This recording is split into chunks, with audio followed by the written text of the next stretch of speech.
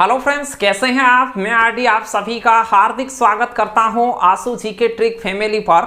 और आप सभी ने पिछले लेक्चर में पढ़ा था पाई चार्ट, वर्ताकार आलेख पढ़ रहे थे।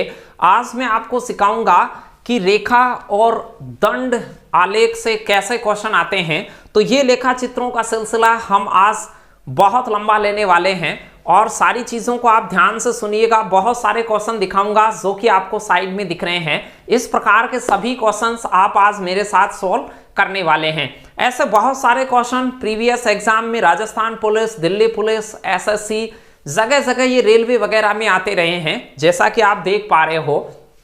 तो इनके लिए आपको ज्यादा कोई दिमाग दौड़ाने की जरूरत नहीं होती है। बस ये सीखना होता है कि इनको रीड कैसे किया जाता है। फिर इनको पढ़ने के बाद इनके दिए हुए आंकड़ों को आप यूज लेते हैं। परसेंटेज से रिलेटेड कोई क्वेश्चंस नीचे पूछा हुआ होता है, या फिर कोई एवरेज से रिलेटेड पूछा हुआ होता है, या कोई रेंज वगैरह पूछता है कि मैक्सिमम और मिनिमम आंकड़े क्या हैं। इस प्रकार की कुछ चीजें आपसे पूछी जाती रहती हैं। तो आज सारी चीजों को डिस्कस करेंगे। आप वीडियो के शुरू से एंड तक डटे रहें और ध्यान से देखें उन चीजों को।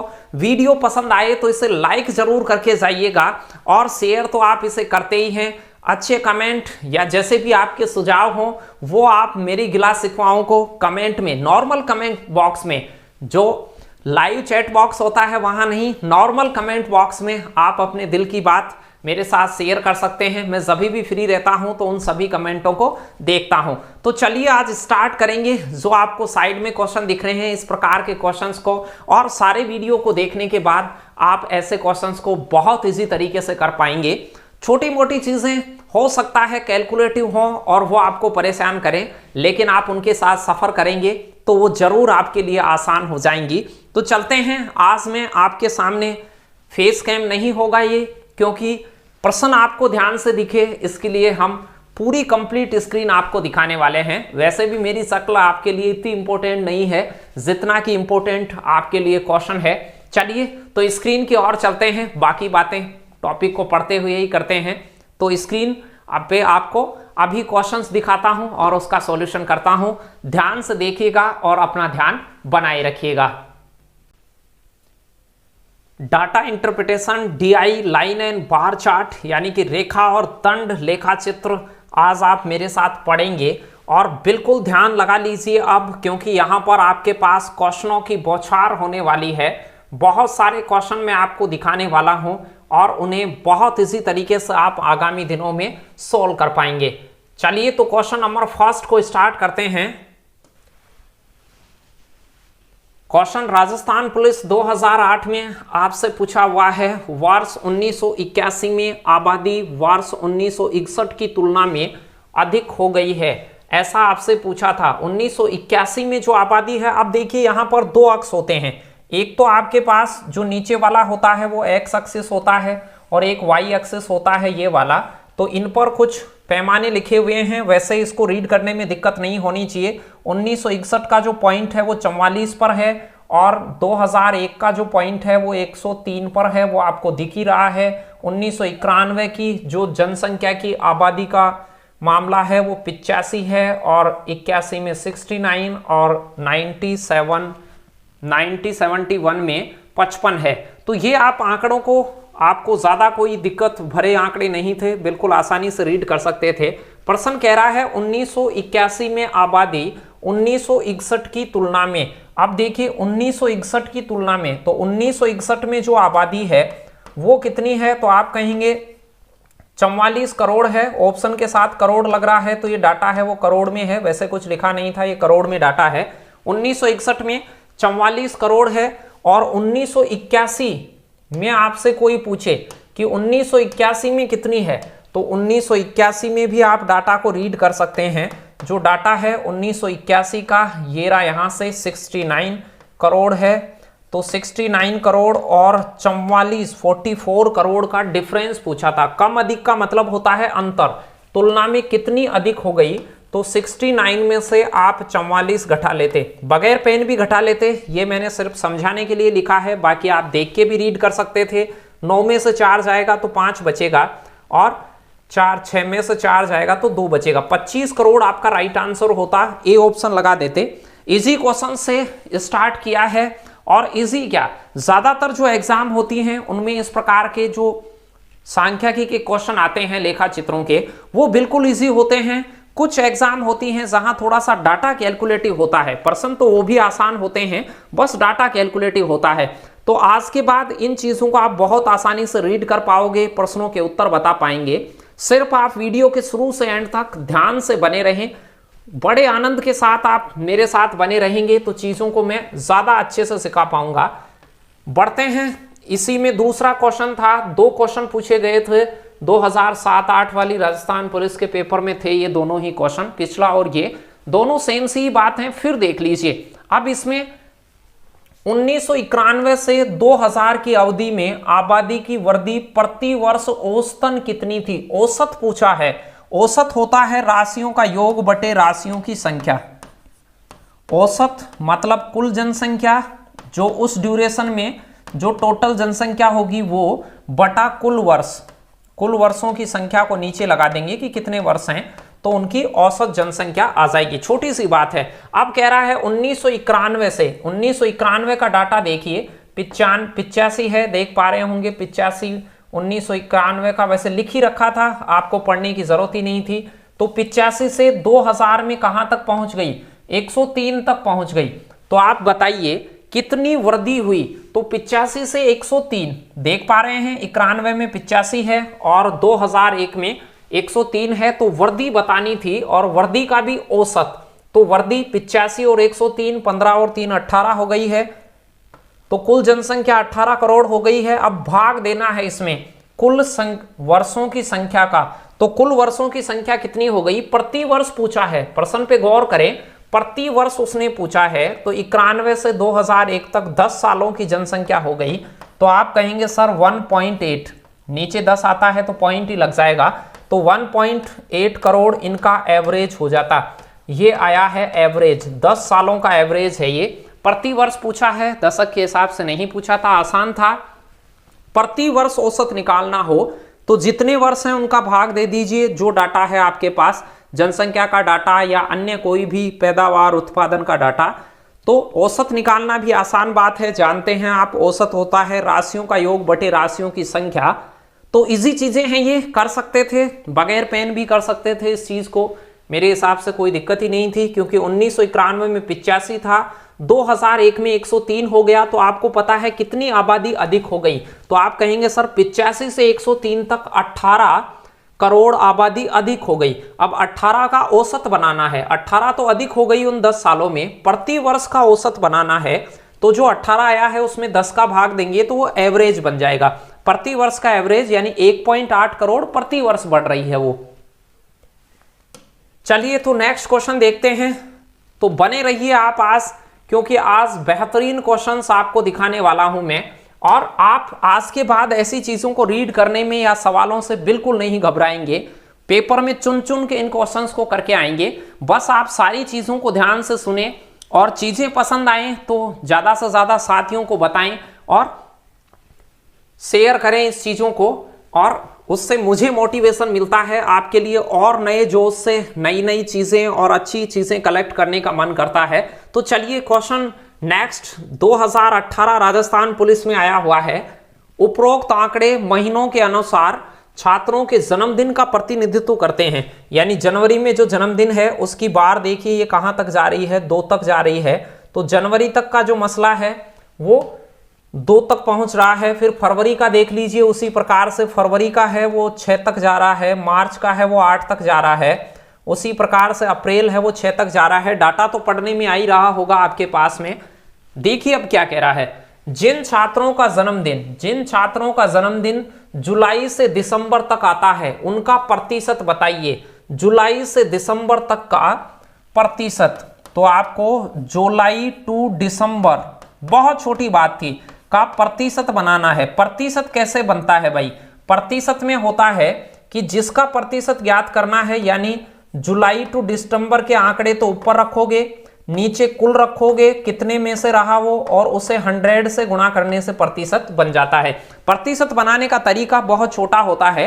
कहां से कंपेयर करना है, जो यदि या तो प्रश्न कहेगा कि कहां से, यदि प्रश्न में कोई ऐसे नहीं है कि किसके साथ प्रतिशत निकाले, तो टोटल में से निकलेगा तो कुल को नीचे रखते हैं, उसमें से जो चाहिए उसको ऊपर रखते हैं और 100 से गुणा करने से प्रतिशत बन जाता है। बहुत छोटी बात है। चलिए, तो प्रतिशत निकालता तो इन सभी का टोटल चाहिए मुझे।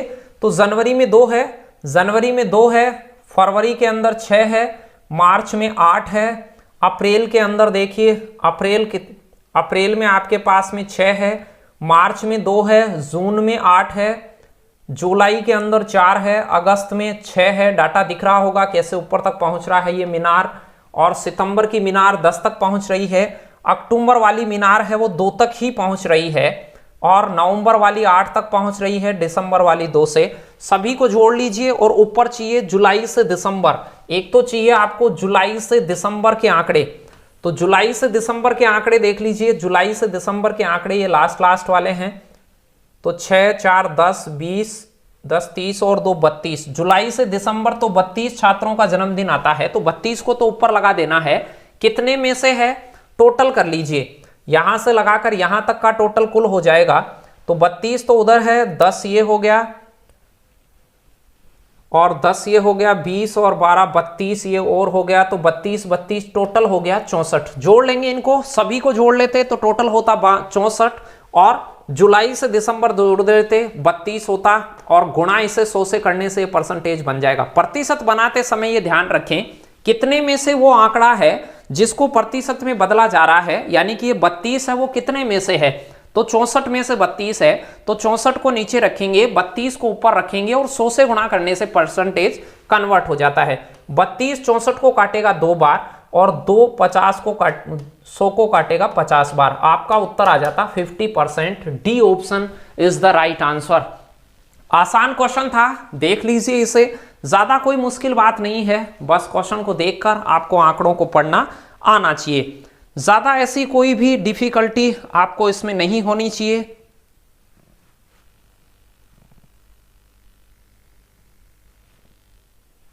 चलिए बढ़ते हैं अगले क्वेश्चन की ओर, देखते हैं और खूबसूरत से सवाल।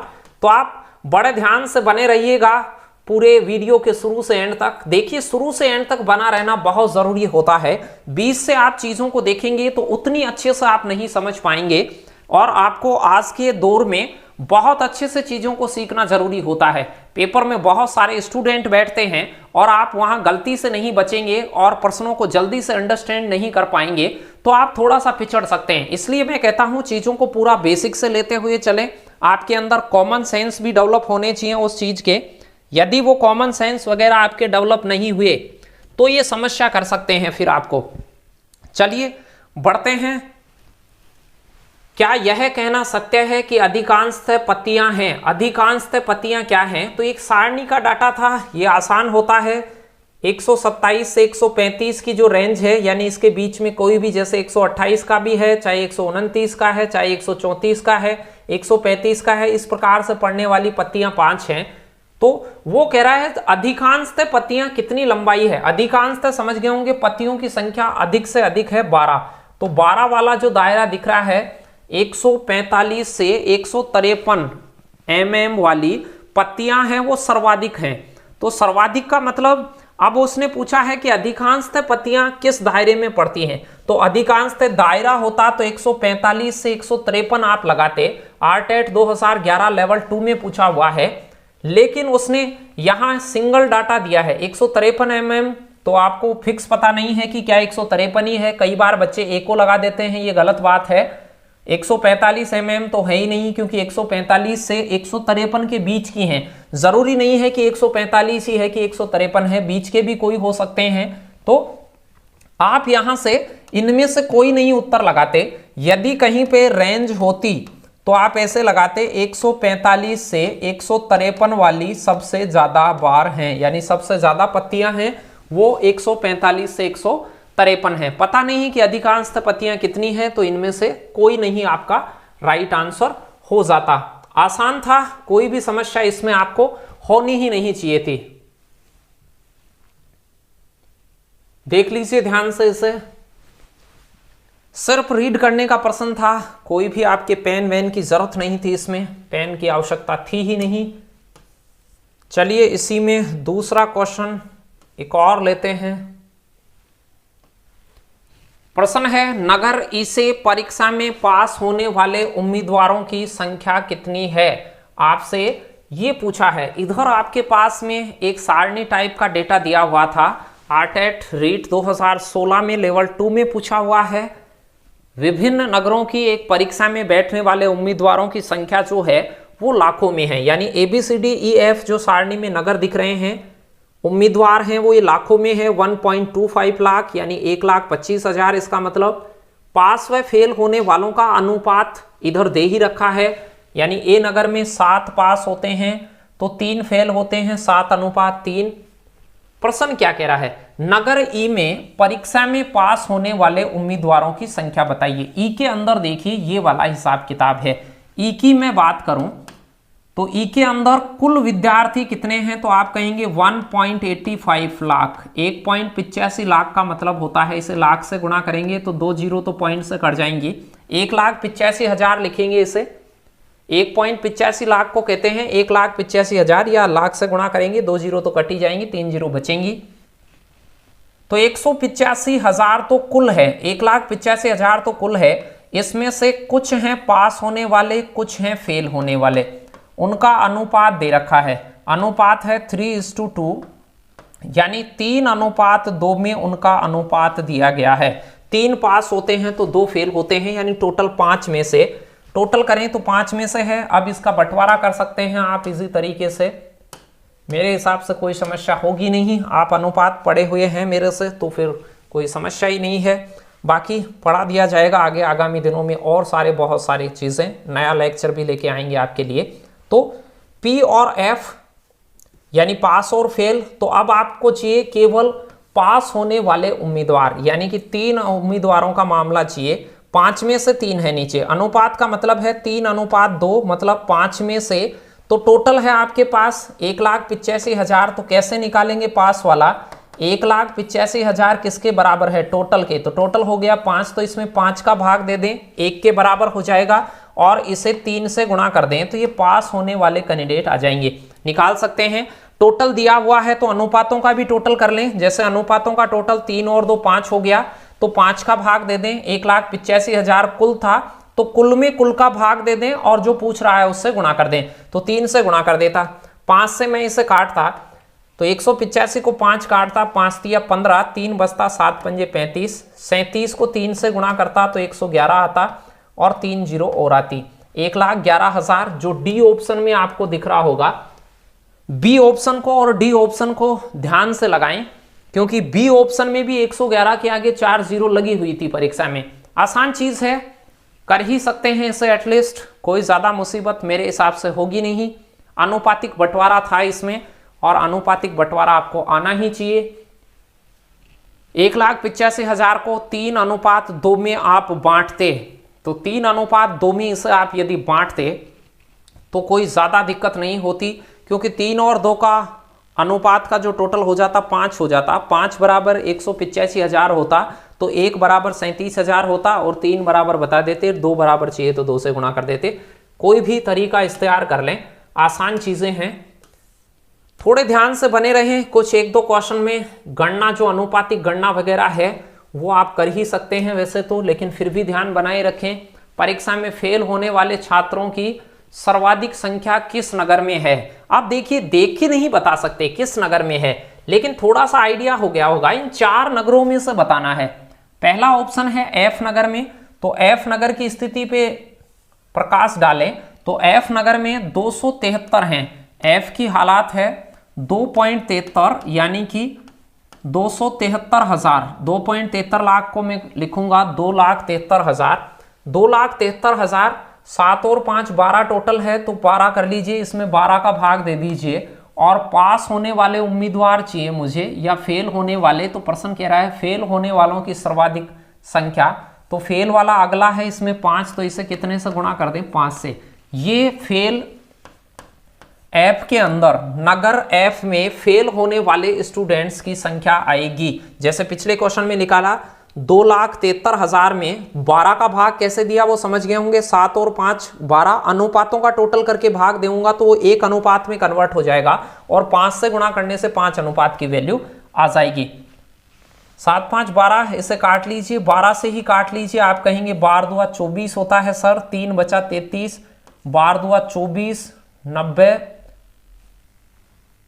12 सताम 84, उसके बाद फिर से 6, 12 पंजे 60, तो ये 22, 750 बार। 2 से काट लें, 12 से काट लें, कैसे भी, और इसे आप गुणा करेंगे तो ये जो गुणा बनेगा 0 पचम 25 का 5 बनेगा, 2 7 पंजे 35 और 2 37, 3 हासिल, 10 3 13 का 3, 1 हासिल, 10 और 1 11, तो आपके पास 1,13,750 बनेगा। एफ में फेल होने वालों की संख्या है 1,13,750। सभी की संख्या ज्ञात करनी पड़ेगी। ऐसे तो 4 ऑप्शन है, चारों की ज्ञात कर लें। कई बार आप पूरे के पूरे नगरों की ही करते हैं, नगर तो 6 हैं लेकिन ऑप्शन में 4 ही हैं तो उन 4 की ही जांचें। अब सी नगर की जांचिए, बी ऑप्शन के अंदर सी नगर है। सी नगर में क्या हिसाब किताब है वो देखिए।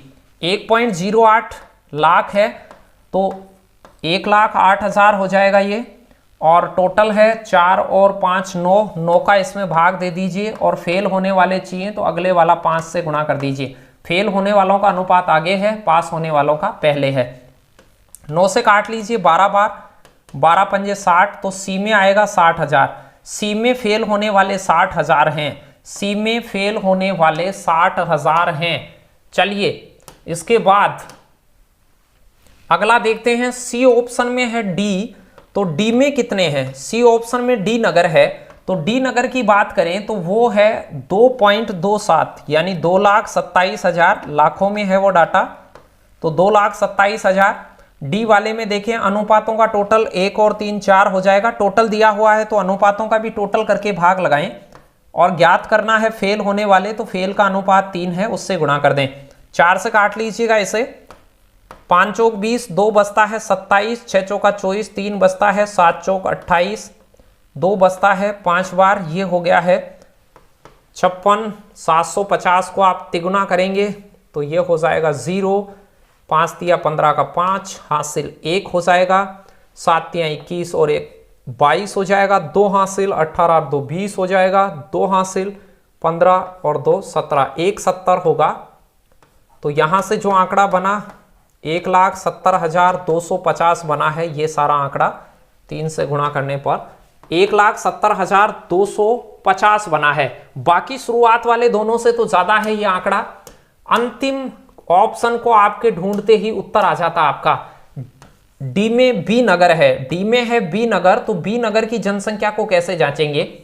बी में देखिए 3,14,000 हैं, तो 3.14 लाख को 3,14,000 लिखता हूं मैं, और टोटल है ये, तो टोटल बना लीजिए अनुपातों का, तो 5 और 3 का टोटल हो जाएगा 8, और गुणा कर दीजिए 3 से, तो ये आपके पास में फाइंड हो जाएगा। जो भी ज्ञात करना है वो 8 से काट लीजिए, 2 से 8 का ही पहाड़ा आता होगा, 8 तिया 24 होता है, फिर आपके पास 7 बचा, 9 अंटे 72 होता है, 8 दुआ 16, पंजे 39, 250 को आप काटेंगे। अब देखिए इसे गुणा करेंगे तो 0, 5 तिया 15, 1 हासिल, 6 और 1 7, और 9 ती 27 का फिर से 7 अगेन, 2 बचा, और 3 तिया 9 और 2 11, 1,17,750 आया।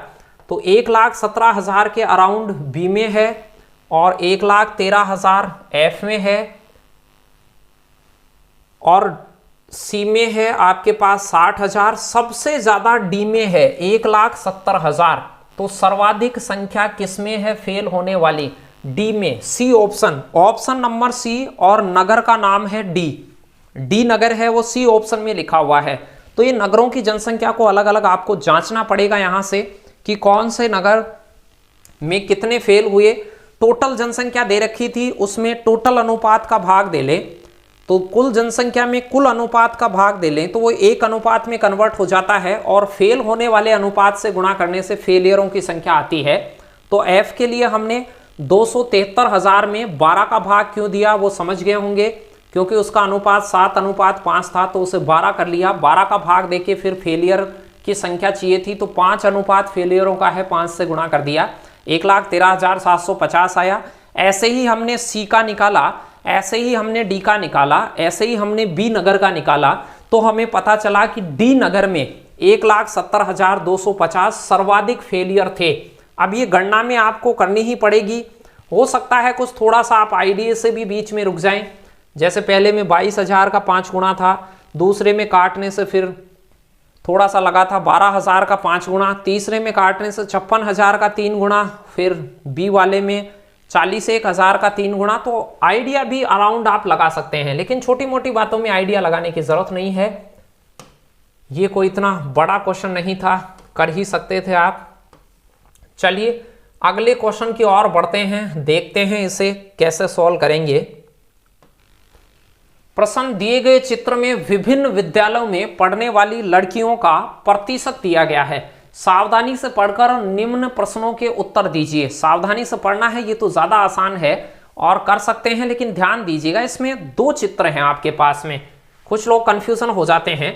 नीचे की ओर जो मामला है वो प्रश्न के अकॉर्डिंग कह रखा है कि ये स्कूल वाला हिसाब किताब है, यानी पी नाम की स्कूल है, क्यू नाम की स्कूल है, RSTU ये स्कूल के नाम है, और इधर आपको दिख रहे हैं ये percent of girls, percentage of girls है। गर्ल्स का परसेंटेज दिया हुआ है। इस जो लाइन आरेख है ये रेखा चित्र है शुरुआत में, जिसमें इधर परसेंटेज ऑफ गर्ल्स दे रखी है, लड़कियों का प्रतिशत दे रखा है इधर। तो यहाँ पर ये 40 है, यानी पी स्कूल के अंदर 40% लड़कियां हैं, क्यू स्कूल के अंदर 50% लड़कियां हैं, आर स्कूल में 27.5% लड़कियां हैं। ये लड़कियों का इधर परसेंटेज दिखा रखा है, और इधर वाली जो है विद्यार्थियों की संख्या है, टोटल उस स्कूल में कितने लोग पढ़ते हैं, यानी पी स्कूल की बात करें तो उसमें 2500 छात्र छात्राएं पढ़ती हैं, यानी 2500 विद्यार्थी हैं, उसमें से 40% लड़कियां हैं। ध्यान से रीड करना सीखें, क्योंकि पहला चित्र आपको यह बताएगा कि लड़कियों का परसेंटेज क्या है, और दूसरा चित्र आपको यह बताएगा उस स्कूल में टोटल कितने विद्यार्थी हैं। तो टोटल विद्यार्थी हैं, एक तरफ लड़कियां हैं। अब देखिए प्रश्न ने क्या पूछा था, प्रश्न को देखिए नीचे, विद्यालय टी में लड़कों की संख्या है। विद्यालय टी में लड़कों की संख्या क्या है? विद्यालय टी में लड़कों की संख्या आपसे कोई पूछे तो इसका मतलब यह हुआ कि जो टी नाम का विद्यालय है उसमें लड़कियां देखिए 40% है, और टी नाम के विद्यालय में लड़कों का जो टोटल है वो 1250 है। तो इसमें जो टी है उसमें गर्ल्स एंड बॉयज जो हैं, बॉयज और गर्ल्स का जो मामला है वो क्या है, गर्ल्स हैं 40%, 40% लड़कियां हैं। तो आप ये कहेंगे सर 60% उसमें क्या है, लड़के। तो 1250 का 60% निकालते तो लड़कों की संख्या आती। लड़कों की संख्या कैसे आती? कुल छात्र हैं 1250, विद्यार्थियों की संख्या 1250 है। किसमें? टी विद्यालय में। टी विद्यालय की बात हो रही है प्रश्न के अकॉर्डिंग, यानी बॉय ऑफ टी विद्यालय में। तो टी विद्यालय में जो बॉय हैं वो कैसे निकलेंगे? 1250 तो टोटल हैं, इन टोटल का क्या निकाल दीजिए, 60% निकाल दीजिए। टोटल का 40% निकालेंगे तो लड़कियां आएंगी। 40% 60% निकालना छोटी सी बात है। 1250 को 60/100 से गुणा कर दें तो परसेंटेज निकल जाएगा। 125 को 6 से गुणा करेंगे तो 600, 25 की 150, यानी कि 750। आपका जो राइट आंसर आता, सी उत्तर आता क्वेश्चन में। तो विद्यालय टीम में लड़कों की संख्या पूछी थी। दोनों आरेखों को आपको ध्यान से देखना था। कई बार ऐसे आरेखों में आप डाटा को अच्छे से रीड नहीं कर पाते हैं। रीड करने की ज्यादा कोई बड़ी तकलीफ नहीं थी, सिर्फ इतनी सी बात थी कि पहले वाला जो रेखा चित्र है, जो रेखाओं के द्वारा प्रदर्शित करा गया है, वो दर्शा रहा था आपके लड़कियों की परसेंटेज को, लड़कियों के परसेंटेज को दर्शा रहा था। ये पहले वाला जो मामला है, और दूसरे वाला है वो टोटल विद्यार्थियों को दर्शा रहा था। बस आपको करना क्या था, आपको यहां से फाइंड करना था कि टी विद्यालय में लड़के कितने हैं। ये फाइंड करना था कि टी विद्यालय में लड़के कितने हैं। तो टी विद्यालय में लड़कियों की संख्या तो भाई 40 थी, तो लड़कियां आ गई टी में 40, और लड़के कितने परसेंट बच गए? फिर 100% में से 60% लड़के बच गए। अब प्रश्न ने कहा था विद्यार्थियों की संख्या दूसरे वाले जो दंड आरेख है उसमें दे रखी है। तो दंड आरेख में ऊपर 1250 तक जा रहा है, टी की जो मीनार है वो 1250 तक जा रही है। यानी वहां पर टोटल नंबर ऑफ स्टूडेंट 1250 हैं, तो टोटल नंबर ऑफ स्टूडेंट 1250 हैं।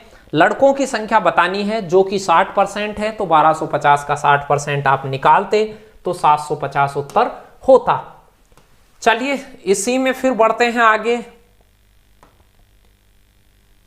ध्यान से देख लीजिए, ये भी उसी का ही पार्ट है, उसी के ही क्वेश्चन है, जो पिछला क्वेश्चन था उसी में रीड करना तो आ ही गया है। पढ़ने वाली विद्यार्थी लड़कियों का जो परसेंटेज है वो आपको पहले वाले लाइन चार्ट में दिख रहा है, वो अभी पढ़े ही थे आप। पी तथा क्यू में कुल मिलाकर विद्यार्थियों की औसत संख्या बताइए।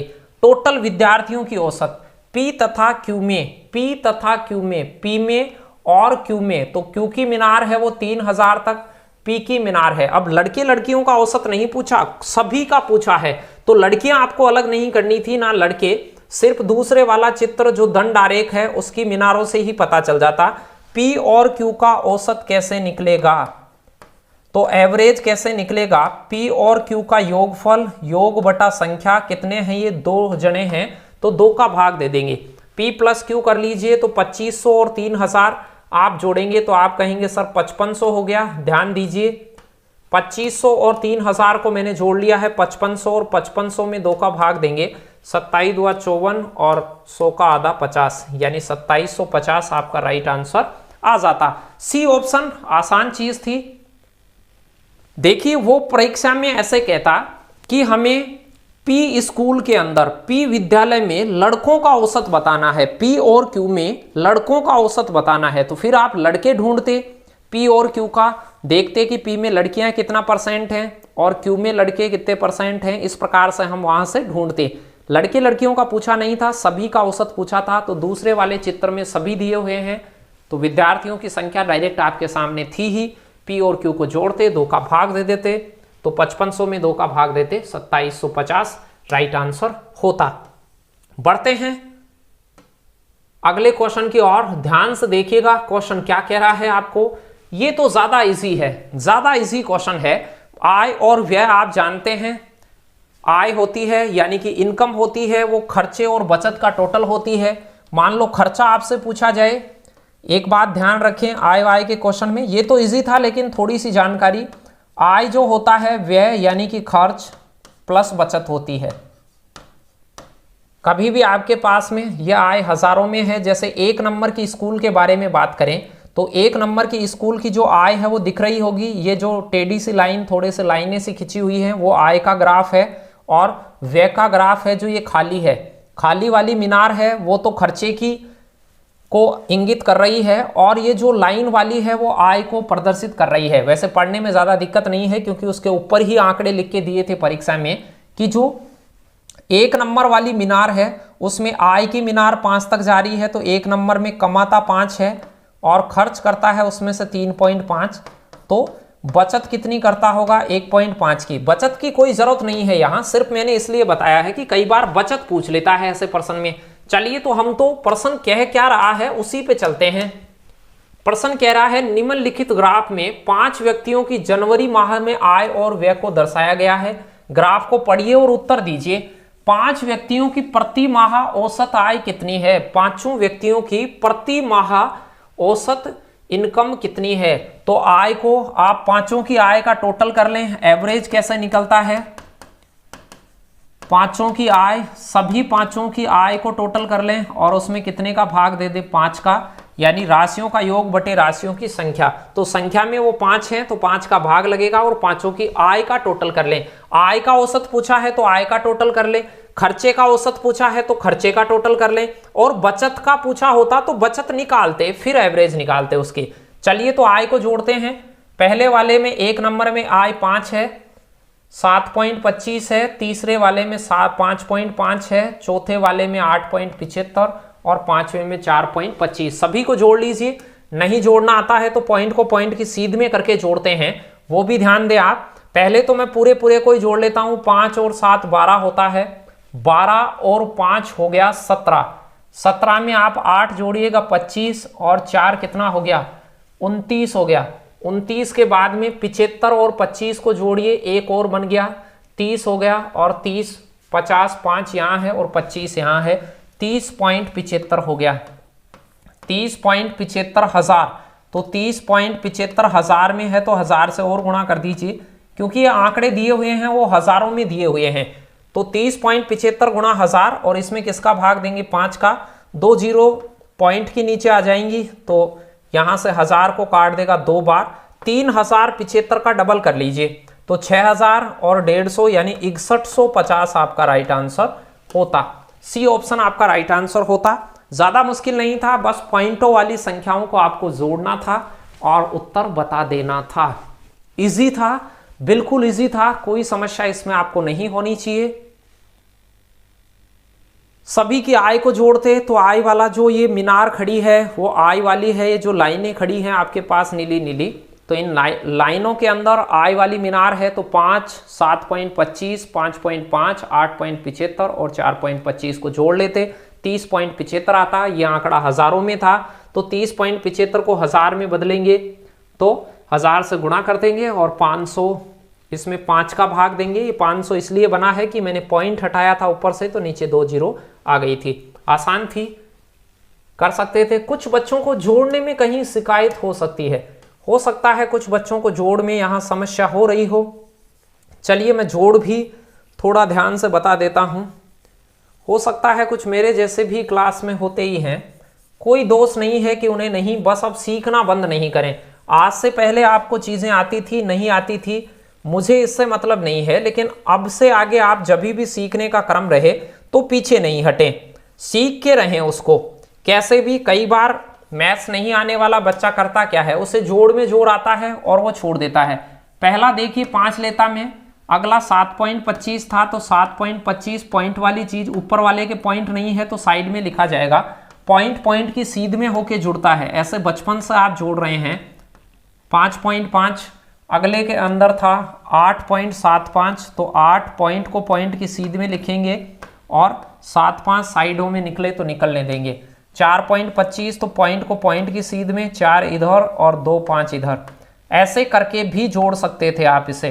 तो आप देखिए 5-5-5, 5 दिया 15, 5 आ गया, 1 हासिल, तो यहाँ से 2 और 3, 7-7 14 16 और 1 हासिल 17, 1 हासिल, पॉइंट आते ही पॉइंट लगा दें, 7-5 12, 8 20 9 29 और 1 हासिल 30। ऐसे मैंने इनको जोड़ा था 30.75, और इनमें आय हजारों में थी, तो आय हजारों में थी तो 30.75,000 हो गया। 30.75,000 को कहते हैं 30,750, और इसमें किसका भाग देते 5 का, तो ये क्या बन जाता, एवरेज बन जाता, औसत बन जाता। और इसे आप काटते, 5 से आप इसे काट रहे होते तो ये 6 बन जाता, ये 1 बन जाता, ये 5 बन जाता और 0 बन जाता। 6150 आपका राइट आंसर आता। कैसे भी कर लेते, इजी था। तो जिनको जोड़ना नहीं आता था मैंने बता दिया है। बढ़ जाते हैं और कुछ बेहतरीन क्वेश्चन, ये भी उसी का है।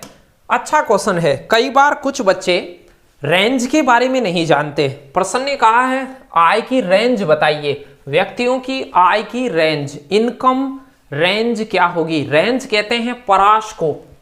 ध्यान दीजिए, कुछ बच्चों को यह पता नहीं होता है कि रेंज किसे कहते हैं। परास को रेंज कहते हैं, और परास जो रेंज होती है उसका मतलब क्या है, मैक्सिमम में से मिनिमम का अंतर रेंज कहलाता है। मैक्सिमम माइनस मिनिमम डेटा कहलाता है रेंज।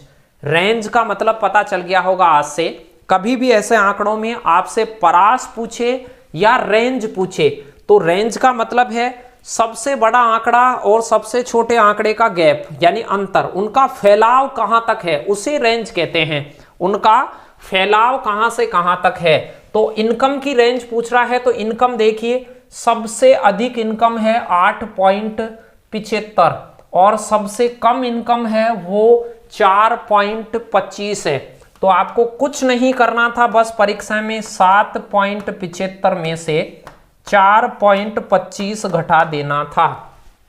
तो 8.75 माइनस 4.25 घटाते इसे, तो आपके पास में अभी बताया था मैंने, जोड़ते या घटाते समय दशमलव को बराबर करके घटाते हैं। तो दशमलव सीध में ही है, 5 में से 0 5 जाता तो 0 बचता, फिर 7 में से 2 जाता तो फिर 5 बनता, फिर पॉइंट हो जाता, 8 में से 4, ये 4.5 यानी 4,500। 4.5 ये हजारों में है डेटा हजारों में डेटा कैसे है वो दिख ही गया होगा आपको। प्रश्न में जो ऊपर आपको चित्र दिख रहा है उसके साइड में जो देखिए पैमाने वाली जो स्केल है वहां पर लिख रहा है कि आय है वो हजारों में है, तो 4.5 हजार डी ऑप्शन में थे।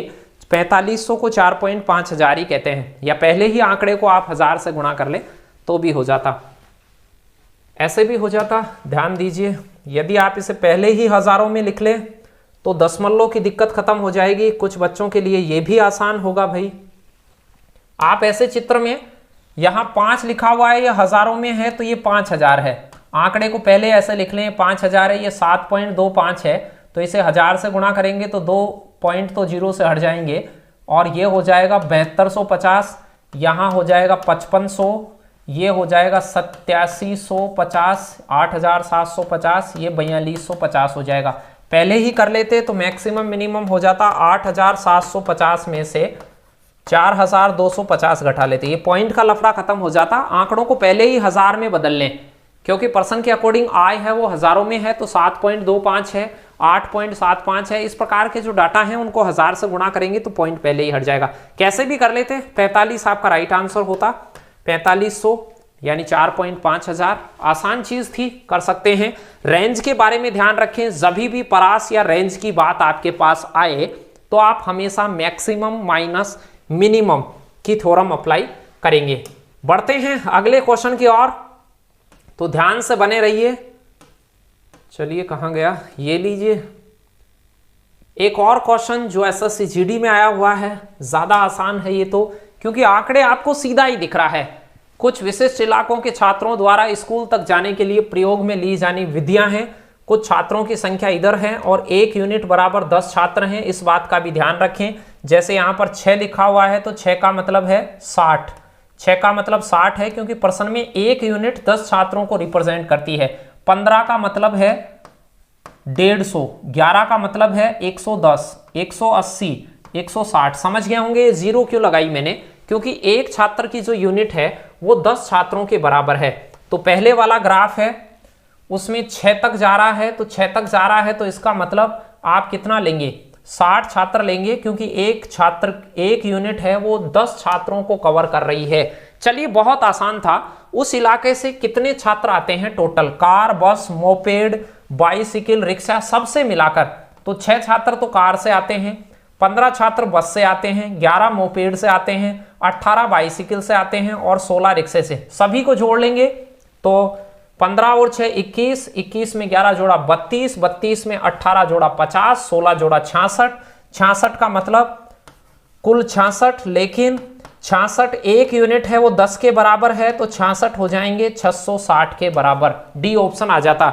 एक यूनिट है वो 10 छात्रों को इंगित करती है, तो ये पैमाना है वो 66 आ रहा है, तो 66 का मतलब एक यूनिट 10 की, तो 66 यूनिट 660 की। डी ऑप्शन आ जाता। बेहद आसान सा क्वेश्चन आया हुआ है, ये तो कर ही सकते हैं। ऐसे क्वेश्चन में तो कोई समस्या किसी को भी नहीं होनी चाहिए। खैर आंकड़े रीड करने आते हैं तो ज्यादा कोई समस्या होगी ही नहीं। दंड आरेख नगर के किसी विशिष्ट इलाके में छात्रों द्वारा स्कूल तक जाने के लिए प्रयोग की जाने वाली विभिन्न विधियों को निरूपित करता है। आरेख का अध्ययन करें और उत्तर दें, कितने छात्र मिलकर बाइसिकल और रिक्शा का प्रयोग करते हैं। बहुत छोटी बात है, बाइसिकल और रिक्शा का।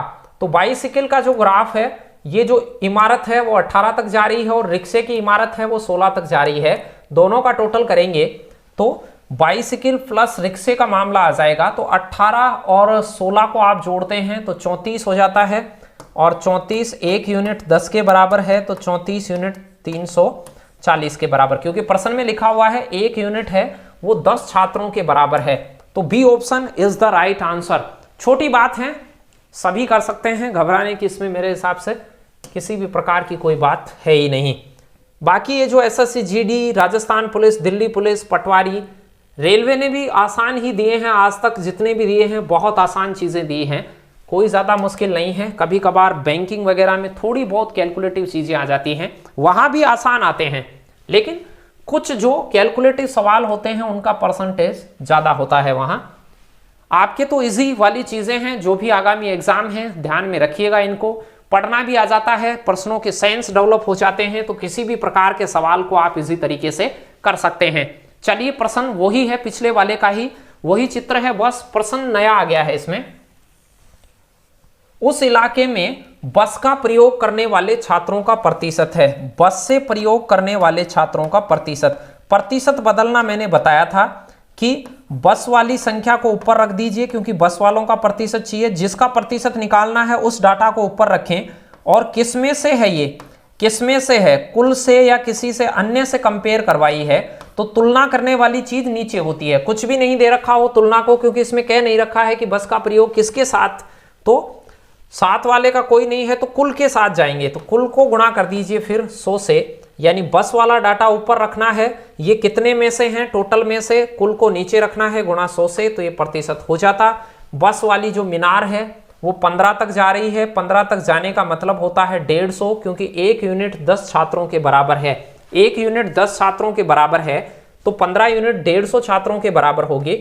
टोटल टोटल अभी थोड़ी देर पहले ही मैंने आपको करवाया था। देखिए ऐसे प्रश्न में ध्यान रखिएगा, जब आपने फर्स्ट वाला प्रश्न करा था तो यहां कुल करा था कि नहीं, इलाके से टोटल छात्र 660 आपने निकाले थे इस क्वेश्चन में, तो इसी क्वेश्चन का ये नीचे क्वेश्चन है, तो ये ध्यान रखें 660 टोटल है। कई बार आप दोबारा से टोटल करने लग जाते हैं परीक्षा में, पिछले टोटल से ही काम चल जाएगा। चलिए तो पिछले टोटल से ही काम चला लिया है मैंने, यहां पर मैं लिख देता हूं 660 गुणा किससे कर लीजिए 100 से, एक जीरो से क्या कट जाएगी, एक जीरो कट जाएगी, 2 से काटिए 5 बार कट जाना है, और 2 से यहाँ काटिए 33 बार कट जाना है, फिर 3 से काटिए ये 11 बार कट जाना है, 3 से काटिए 50 बार, 50 गुणा 5 बटा 11, यानी कि जो आपका उत्तर आएगा वो 250 बटा 11 आएगा। 250 में 11 का भाग देंगे तो 11 दूआ 22, 2 बार पूरा जा रहा है, फिर 3 बचा 30, अगेन 11 दूआ 22, 8 बचा, तो 22 सही 8 बटा 11, यानी कि सी ऑप्शन आपका राइट आंसर आता। 22 सही 8 बटा 11, यानी 250 में आप किसका भाग लगाते, 3 का भाग लगाते। 250 में आपको 3 का भाग लगाना था, जिससे आपके पास में 22 सही 8 बटा 11% आता। आसान चीज है, बस का प्रयोग करने वाले छात्रों का प्रतिशत जब भी पूछा जाए तो जो चीज प्रतिशत पूछी जा रही है उसको ऊपर रखिए, कितने में से है वो, किसके साथ कंपेयर करवाई जा रही है, तो टोटल स्टूडेंट ही है, बाकी कुछ कहा नहीं है, तो बस के स्टूडेंटों को ऊपर रखें, कुल को नीचे लिखें, टोटल को नीचे लिखें, और 100 से गुणा करने से प्रतिशत बदलता ही है। चलिए बढ़ जाते हैं अगले क्वेश्चन की ओर। उसी का एक और क्वेश्चन है, देख लीजिए एसएससी जीडी में आया था और 4 क्वेश्चन नीचे आए थे।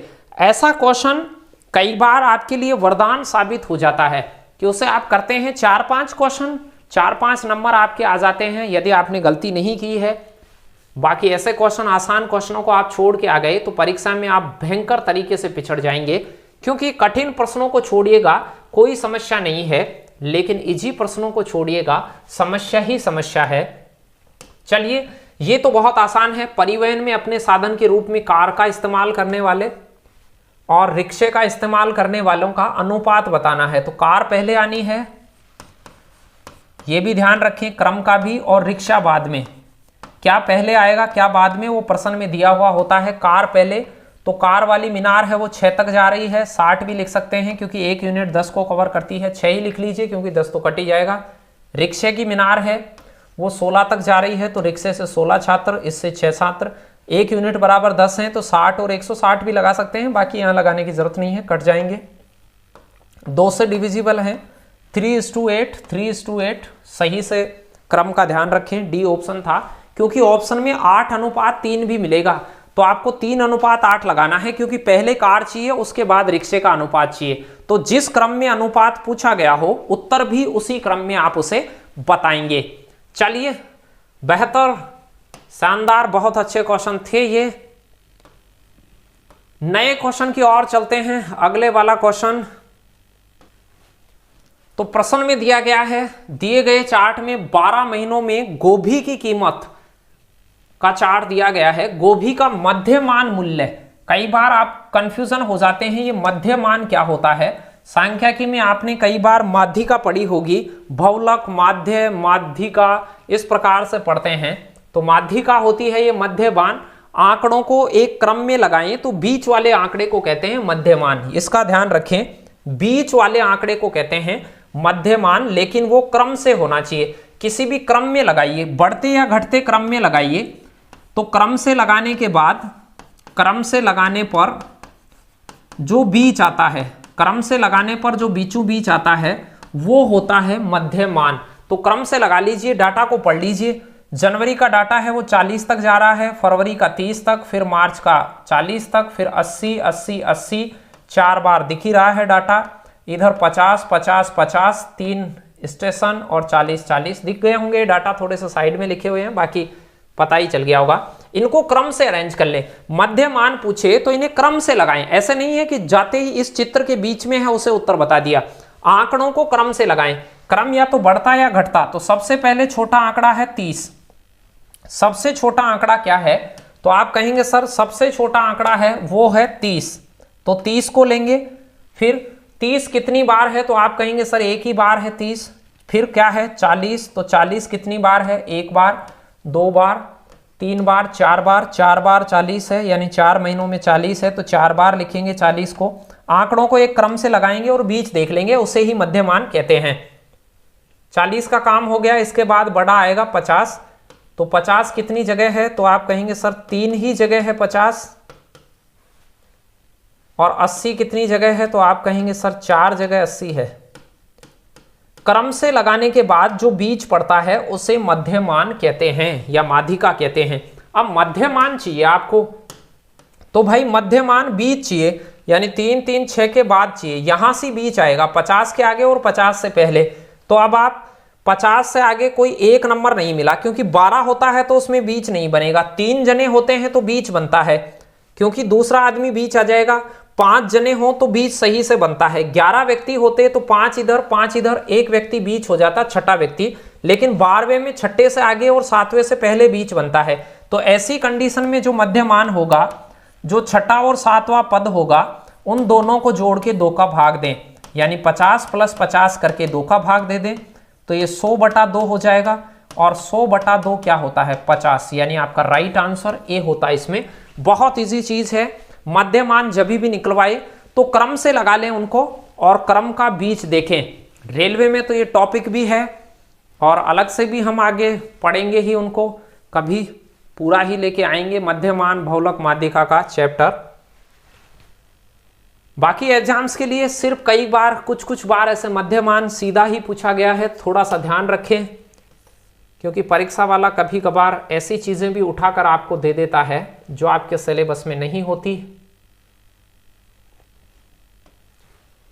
चलिए, तो नेक्स्ट क्वेश्चन दिख ही रहा है। एसएससी जीडी 2012 की एक शिफ्ट में आया हुआ है।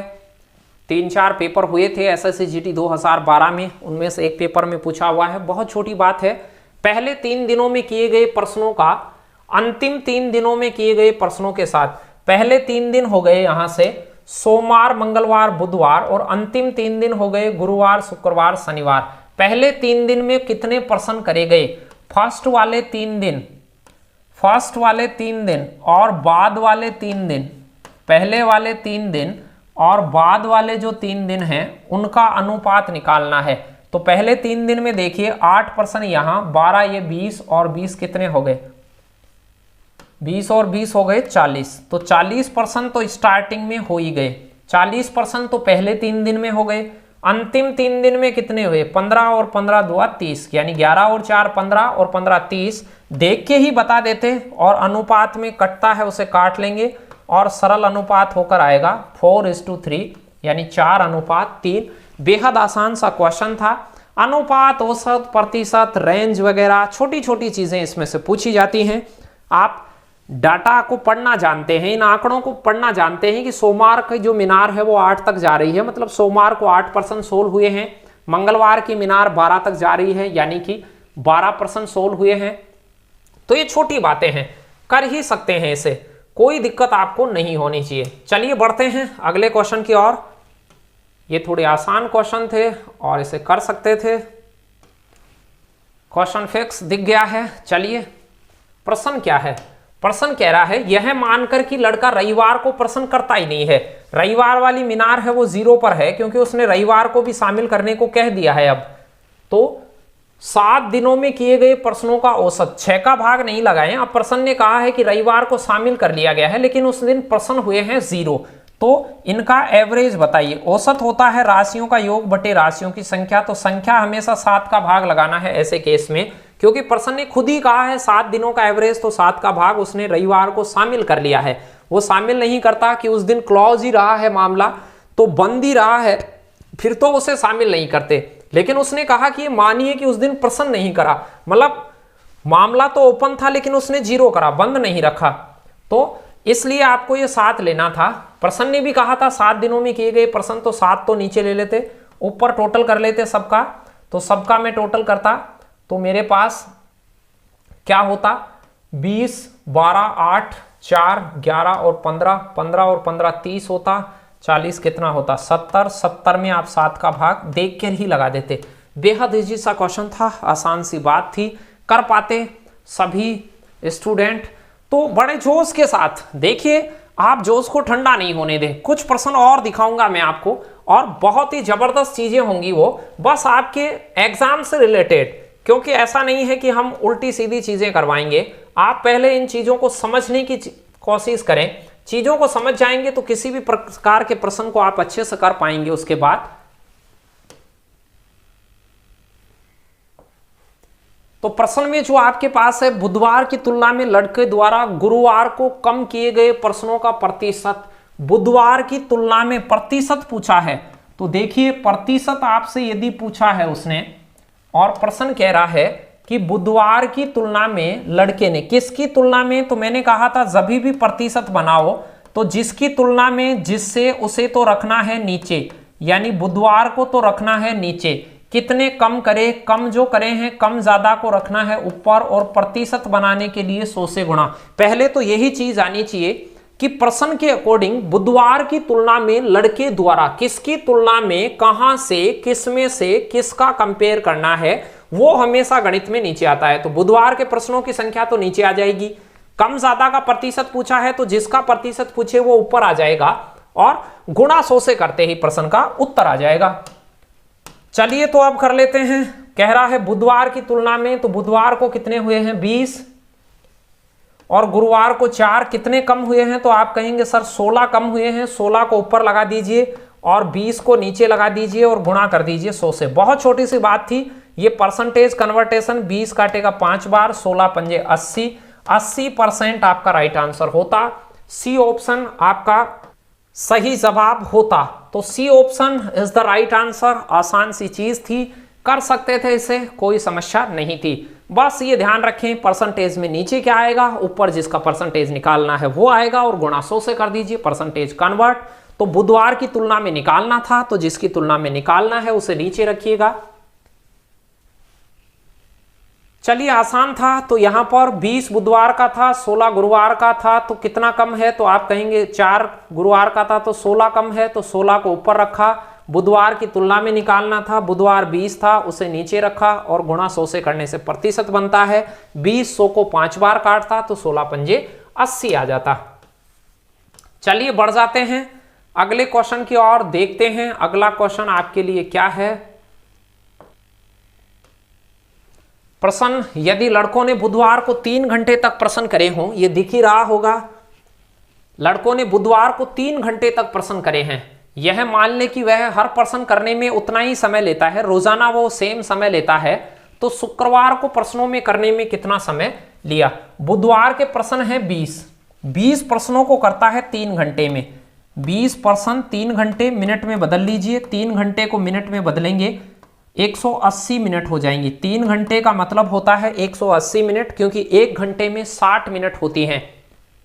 अब कह रहा है 20 प्रश्न 180 में हुए हैं, तो आप मुझे बताइए 0 से 0 कट 1 प्रश्न कितनी देर में हो रहा है।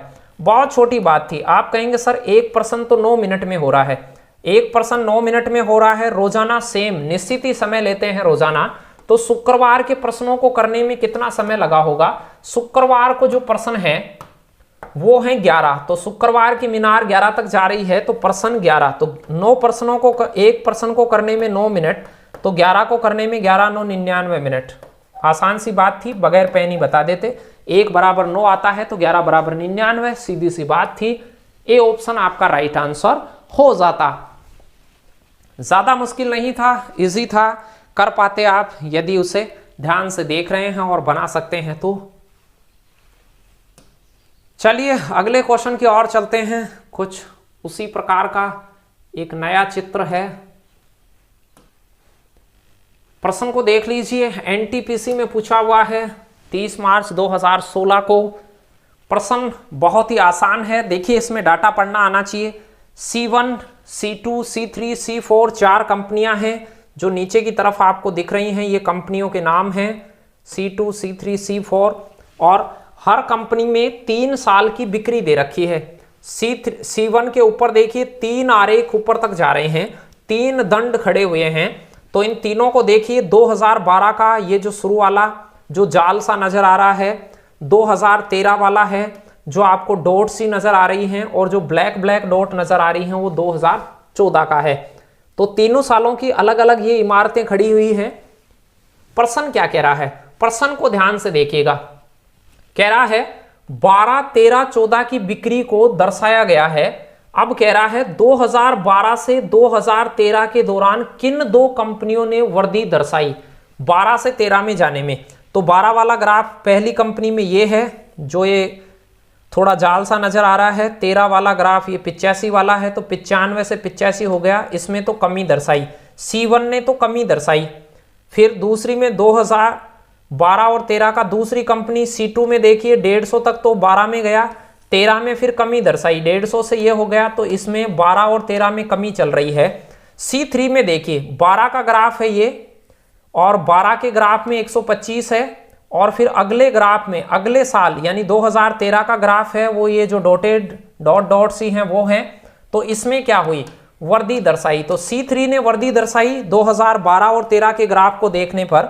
और C4 के ग्राफों को भी देखिए, C4 के 12 और 13 के ग्राफ हैं उसमें वृद्धि है। 12 और 13 ध्यान से पढ़ने आना चाहिए, नीचे दिखा रखे हैं बिल्कुल एक एक जानकारी कि ये जाल सा बना हुआ है वो 12 का ग्राफ है, जो ये डॉट डॉट सी बनी हुई है 2013 का ग्राफ है, ये ब्लैक ब्लैक डॉट बनी हुई है जिसके अंदर वो आपका 2014 का ग्राफ है। कंपनियों के नाम दिख ही रहे हैं, आसान था। तो कौन कौन से C3 में वृद्धि है और C4 में वृद्धि है। C3 और C4, C ऑप्शन आपका आ जाता। C3 और C4 में 12 और 13 वर्षों के दौरान कंपनी ने वृद्धि दर्शाई है। आसान था, सिर्फ देखना ही था, इसे तो देख के ही कर देते। चलिए बेहतर क्वेश्चन आएंगे अब आगे, ध्यान से देखिएगा अगले वाले क्वेश्चन को। ये भी कुछ उसी प्रकार का है। दिए गए बार चार्ट में 4 कंपनियां C1, C2, C3 व C4 के वर्ष में बिक्री 12, 13, 14 की बिक्री मिलियनों में दर्शाई गई है। 2012 की तुलना में 2013 के लिए C1 और C4 की संयुक्त बिक्री का अनुपात बताइए। C1, प्रश्न को ध्यान दीजिए क्या कह रहा है। C1 का देखना है 2012 में, ध्यान से देखिए क्या कह रहा था, कई बार लैंग्वेज नहीं पढ़ पाते हो। 2012 और 2013 के लिए 2012 और 13 देखिए C1 का, फिर अनुपात लगाइए C4 का भी देखना है 2012 और 2013 दोनों की बिक्री का अनुपात लगाना है। अब देख लीजिए आप क्वेश्चन से, क्वेश्चन में देखिए C1 में चलते हैं।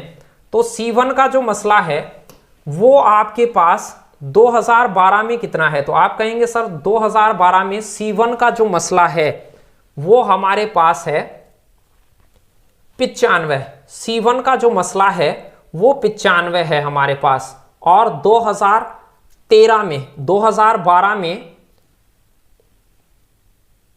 C4, सॉरी यहां पर आपके पास में जो मामला है वो कह रहा है 12 और 13 दोनों में, C1 का और C4 का 2012 में और 2013 में। प्रश्न को थोड़ा सा ध्यान से देखिए, प्रश्न क्या कह रहा था उसे देखिए दोबारा से।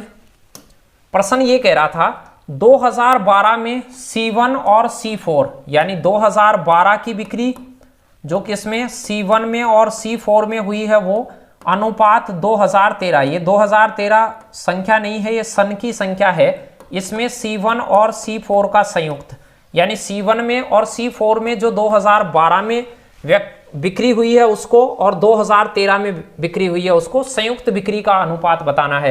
तो 2012 की, ये थोड़ी लैंग्वेज को ध्यान से पढ़िए, तो 2012 में C1 में हुई है 95 और 2012 का ये जो जाल नुमा है इसमें C4 में हुई है 100, तो 95 प्लस 100 ये हो गया 195 अनुपात C1 के अंदर 2013 में, तो 2013 वाला ये डॉट डॉट वाला ग्राफ है तो यहां पर आ गया है। कलर में थोड़ा सा चेंज कर देता हूं, ये 85 है और यहां पर कितना है 110, 110 और 85, तो 85 प्लस 110 ये संयुक्त हो गया। C1 और C4 का 2013 में संयुक्त और C1 और C4 का 2012 में संयुक्त। प्रश्न की लैंग्वेज को ध्यान से पढ़िएगा।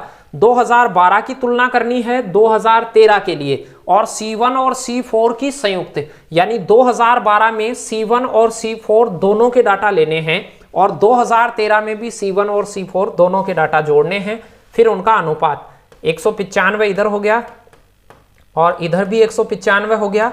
आसान 1:1, 1:1 को कहते हैं 1/1 और 1/1 का मतलब है 1, ए ऑप्शन राइट आंसर आ जाता। अनुपात लगा हुआ हो तो बटे में लिखा जा सकता है, जो अगला अनुपात है वो नीचे लिखा जाएगा, तो ये आसान चीज है, कर ही सकते हैं। बस यहां लैंग्वेज को ध्यान से पढ़ें और जो क्वेश्चन में आंकड़े दिए गए हैं उन्हें थोड़ा सा ध्यान से देखें। चलिए, वीडियो पसंद आए तो वीडियो को अपने साथियों के साथ जरूर शेयर करें, ज्यादा से ज्यादा लाइक करके जाएं। आपके कमेंट सुझाव हों वो भी आप चैट बॉक्स में छोड़ के जाएं। दिए गए बार चार्ट में 4 कंपनियां, वही क्वेश्चन है उसी से रिगार्डिंग, लेकिन अब ध्यान रखें C2 की वर्ष 2012 और 2014 की संयुक्त बिक्री उन्हीं वर्षों के लिए C3 से कितने % ज्यादा है। C3 से किससे, तो आप कहेंगे C3 से और कितनी कम ज्यादा है, वो ज्यादा ऊपर लेंगे और गुणा किससे करेंगे 100 से। जहां से होता है वो नीचे लगाते हैं, जब भी प्रतिशत बदलते हैं, तो C3 से देख रहा है। तो C2 में 2012 और 2014 के आंकड़े देख लीजिए। C2 वाली कंपनी में 2012 का आंकड़ा है 150 और 2014 वाली जो मीनार जा रही है ये ब्लैक वाली वो 155 पे जा रही है, तो ये हो गई 305। तो C2 में ये आंकड़ा पहुंच गया कितना 305, तो यहां हो रहा है ये 305 टोटल। और C3 में भी इन्हीं के लिए, C3 में भी इन्हीं आंकड़ों के लिए, तो 2012 और 14 के आंकड़े 135 और 125 यानी 250, 260, ये 260 हो गया। कितना ज्यादा है C3 से, कितना ज्यादा है ये बताना है आपको, तो कि ये C3 से कितना ज्यादा है, तो 260 से कितना ज्यादा है, तो 260 से देख लीजिए 40 और 5 45 ज्यादा है, तो 45 ज्यादा हो गया। तो 45 को तो रखते ऊपर, नीचे रखते C3 वाली वैल्यू को। C3 का टोटल आ रहा है 260 उस समय दोनों सालों में, और गुणा क्या करते 100 से। 1 0 से 1 0 काट पाते, 2 से काटते तो ये 5 बार और इधर 2 से काटते तो ये 13 बार। 45 पंजे करेंगे आप तो 225/13 आ जाएगा। 225 में 13 का भाग देंगे आप तो 13 एकम 13 होगा और 13 7 91 पॉइंट 13 3 39, 17.4 के करीब आए, 3 के करीब आएगा, तो 17.3% आपका उत्तर हो जाता। डी ऑप्शन राइट आंसर हो जाता। आसान बात थी। 2012 और 2014 की संयुक्त बिक्री देखनी थी, 2012 की और 2014 की संयुक्त बिक्री C2 के लिए। तो C2 का आंकड़ा उठा लीजिए, 305 हो गई 2012 और 14 में। इसी प्रकार से C3 की उठा लीजिए और C3 से कंपेयर करना है, C3 से कितना ज्यादा है, कहां से ज्यादा है कहां से कम है, उस से को नीचे लगाइएगा। आसान बात थी। चलिए तो नेक्स्ट क्वेश्चन की ओर बढ़ते हैं। अगला क्वेश्चन, ये तो आसान सी ही बात है। प्रश्न दिखा रखा है कि ये जो बिक्री के आंकड़े लाखों में दिए गए हैं, स्टोर की बिक्री है, एक ए स्टोर है, एक बी स्टोर है, ए बी और सी दिख ही रहे हैं, तीनों के कैसे ग्राफ हैं। ये लाइन वाला है वो तो ए का है, ये जो टेढ़ी लाइनें हैं थोड़ी सी ब्लैक वाली वो बी की हैं, और ये जो बिल्कुल 37 लाइन है वो सी की हैं, यानी ABC। पहले वर्ष में देखें तो ये ए का ग्राफ है, ये बी का इमारत है, ये सी की है, ये ए की, बी की और सी की, ये ए बी सी की इमारत है। पढ़ पा रहे होंगे डाटा को, आंकड़े ऊपर लिख के ही दिए थे रेलवे ने, बहुत आसान क्वेश्चन था। किस वर्ष में स्टोर बी की बिक्री 13 लाख से ज्यादा है? बी के ग्राफ को देखिए, बी का ग्राफ यहाँ 14 लाख, दूसरे वाले में दूसरे वर्ष में 12 और तीसरे में 8। 13 लाख से ज्यादा कहाँ है? पहले वर्ष में है, तो बी ऑप्शन होता। ये तो चंद सेकंडों का क्वेश्चन था। पहला एक वर्ष वाले में ये ग्राफ जा रहा था कहां तक? 13 से ऊपर, यानी 14 लाख में ये बिक्री थी। आसान था। चलते हैं अगले क्वेश्चन की ओर। दिख रहा होगा प्रश्न आसानी है। एक नया प्रश्न, निम्न बार ग्राफ 4 राज्य ABCD में 3 अनाज PQR के उत्पादन को दर्शाता है। अनाज P के कुल उत्पादन में ए राज्य का कितने प्रतिशत योगदान है? ए राज्य का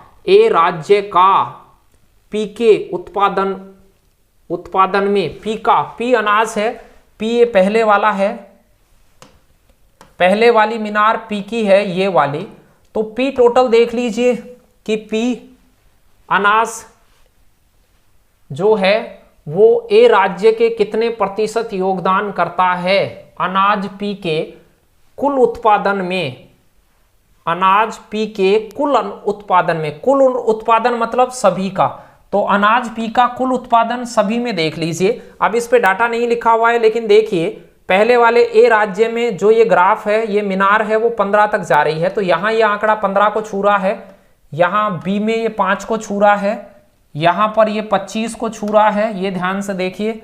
डी राज्य के अंदर ये 15 को छू रहा है, तो 15 और 25 40 और 20 60 हो गया। तो पी अनाज की जो पैदावार है, पी का उत्पादन है वो कितना है? 60 है चारों राज्यों में।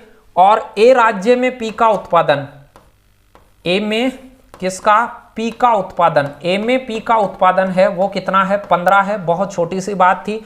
परसेंटेज चाहिए कि टोटल राज्यों में, तो टोटल का भाग दे दीजिए नीचे। कुल उत्पादन है 60 और ए में उसका हिस्सा है 15, तो 15/60 को 100 से गुणा कर देंगे, प्रतिशत बन जाएगा। अभी मैंने कुछ देर पहले बताया था, प्रतिशत जब भी बनाना हो, कुल कितने में से कितना उसका हिस्सा है, कितने में से है उसे नीचे लगा दीजिए। प्रश्न जो पूछ रहा है उसमें देखिएगा, कहा है अनाज पी का जो उत्पादन है टोटल, तो अनाज पी का उत्पादन है 60, वो ए राज्य का कितने प्रतिशत योगदान है? उसमें किसमें? टोटल में, यानी 60 में उसका योगदान 15 है, तो 15 ऊपर 60 नीचे और गुणा 100 से करेंगे, तो 15 चौके 60 होता है और 25 चौके 100 होता है।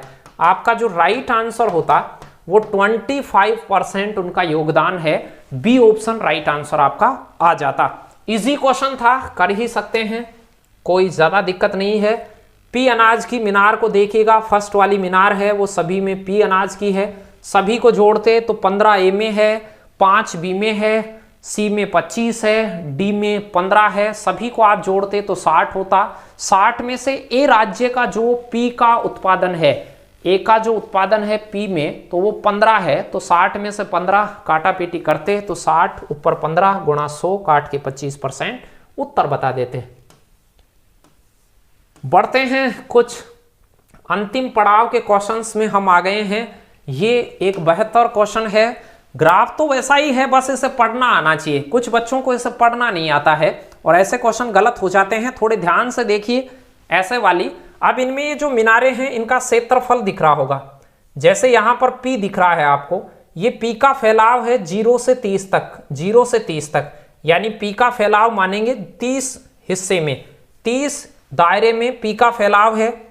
फिर 30 से 45, क्योंकि Q का देखें तो इनके 20 तक है, तो ये 45 तक है, तो 30 से 45 तक Q है, तो 30 से 45 यानी Q है वो 15 हिस्सों में फैला हुआ है, ये P है वो 30 हिस्सों में फैला हुआ है। R को देखिए 45 से 65 तक, तो ये 20 हिस्सों में फैला हुआ है। S को देखिए 65 से 75, बीचों बीच तक है, तो 65 से 75, तो आप कहेंगे ये 10 हिस्सों में फैला हुआ है। और T हिस्सा देखिए 85 से 90, 75 से 90, तो आप कहेंगे ये 15 में फैला हुआ है।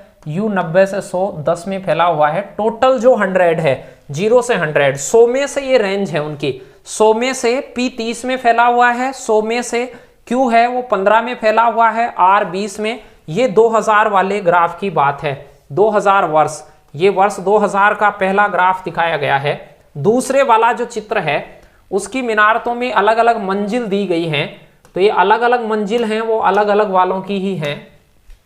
तो आप यहां से देख सकते हैं P का फैलाव कितना है, तो P का फैलाव 40 तक है 0 से, तो यहाँ 40 फैलाव है, यहाँ फिर 40 से 60 है, इसका फैलाव 20 है Q का। R का फैलाव देखें 60 से 75 तक, तो ये 15 में फैलाव है। फिर ये 75 से 85 ये 10 में ही फैलाव है। फिर 85 से 95 ऊपर वाला भी 10 में ही है और ऊपर वाला 5 में है। U है वो 5 में फैलाव है। ये इनका फैलाव हमने नोट कर लिया। डाटा ऐसे पढ़ना आना चाहिए इनका, क्योंकि आंकड़े आपको पढ़ने में आएंगे तो इजी तरीके से निकाल पाएंगे। चलिए अब थोड़ा सा प्रश्न क्या कहना चाह रहा है उसको नोट करते हैं।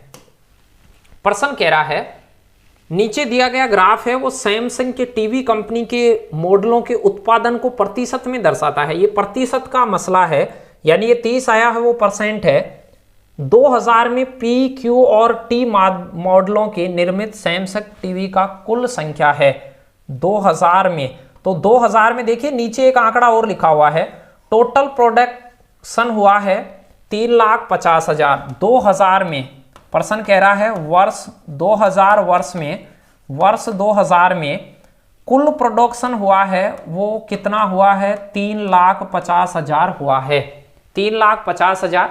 अब P, Q और T के बारे में पूछा है, तो P 30 है, Q 15 है, 45 और T 15 है, तो 15, 30, 45, तो P plus Q plus T का जो दायरा आ रहा है वो 15, सीधा ही जोड़ लीजिए। P का 30 है, Q का 15 है और T का 15, 30 कितना हो गया 60%, तो तीनों 60% में है, तो 3,50,000 का 60% निकाल दें, ये कुल आ जाता PT। P, Q और T का कुल जो उत्पादन हुआ 3,50,000 गुणा 60/100, ये कर देते उत्तर आ जाता। 2 0 से 2 0 काट लीजिए और 35 दूआ 70, 7 तिया 21, 2,10,000, 2,10,000 सी ऑप्शन आपका राइट आंसर आ जाता। छोटी बात है, कर सकते हैं, थोड़ा सा रीड करने में ध्यान दीजिए। 2000 में टोटल टीवी का प्रोडक्शन है 3,50,000। P, Q और T के बारे में पूछा था, तो P plus Q plus T का जो परसेंटेज निकल कर आया वो 30 में फैला था P, 15 में फैला था Q और 15 में फैला था T, यानी कि 60। आसान था, 3,50,000 का 60% निकालते तो वो 2,10,000 आता ही। चलिए एक दो और बेहतरीन क्वेश्चन मैं आपको दिखाता हूं, उसके बाद नए टॉपिक में मिलेंगे हम। नीचे दिया गया बार ग्राफ 2 वर्षों के दौरान सैमसंग टीवी कंपनी के विभिन्न मॉडलों को दर्शाता है, ये पढ़ ही चुके हैं। ध्यान से देखिएगा अब, वर्ष 2000 में P टाइप सैमसंग टीवी का उत्पादन प्रतिशत वही था जो P टाइप के सैमसंग का उत्पादन 2000 में कितना था, तो अभी बताया था 30 है, क्योंकि 0 से 30 में फैला हुआ है, 30% है जो वर्ष 2000 में था। यानी कि इस लाइन को ध्यान से पढ़िए, यदि वर्ष 2001 में P टाइप सैमसंग टीवी के उत्पादन का प्रतिशत वही था जो 2000 में था, यानी 2000 वाला प्रतिशत ही 2001 में काम ले लें, 2000 वाला प्रतिशत ही P का 2001 में ले ले, यानी P का 2000 में जो प्रतिशत है वो कितना है 30%, वही परसेंट किस में काम में ले लें 2001 में ले लें, तो 30%। तो टीवी के P टाइप टीवी का उत्पादन क्या रहेगा, 2001 के लिए भी 2000 वाला ही डाटा काम में ले ले P के लिए, तो P का जो 2001 में प्रोडक्शन इसके हिसाब से निकालेंगे।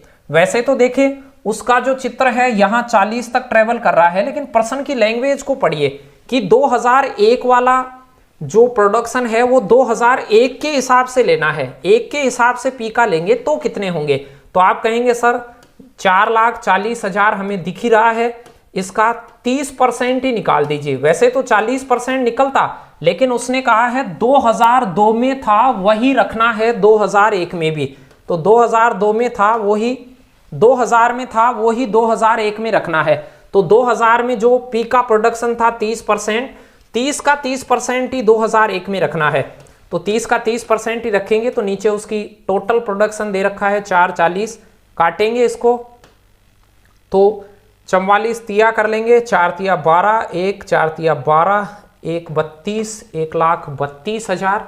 बी ऑप्शन राइट आंसर होता। आसान चीजें हैं, कर ही सकते हैं, ज्यादा कोई समस्या इसमें नहीं है। बहुत अच्छा क्वेश्चन था ये, कर सकते हैं वैसे। चलिए एक और इसमें ही अंतिम क्वेश्चन दिखा देता हूं मैं, ये और भी बढ़िया क्वेश्चन है। वैसे आसान है, आंकड़ों को रीड करना आता है तो। ध्यान से देखिए, यदि कंपनी द्वारा प्रतिवर्ष S type Samsung TV, S type देखिए यहां तो एस टाइप है वो 65 से 75 यानी 10 में ट्रेवल कर रहा है, और यहां जो एस है वो 75 से 85, यहां भी 10 में ही ट्रेवल कर रहा है, 10-10% है दोनों ही, और एस टीवी है 85% बेच दिया गया है। तो कितना बिका नहीं है, तो कितना नहीं बिका आपसे मैं कहूं एस टाइप का जो है वो बेचा कितना, तो पर्सन ने कहा है 85% बेच दिया, तो मैं कहता कितना नहीं बिका, तो आप कहते सर 100 यदि मानते हैं तो 15% अभी बिका नहीं है, 15% अभी बिका नहीं है। तो उसमें से अब देखिए दोनों में अलग अलग निकाल लेते हैं। यहां एस 10% है तो 3,50,000 का एस का निकालेंगे, एस का प्रोडक्शन निकालेंगे, तो 3,50,000 का आपको क्या कर देना है, 10% निकाल देना है, मन में ही निकल जाता है क्योंकि 10% में जीरो तो कटी जाती हैं।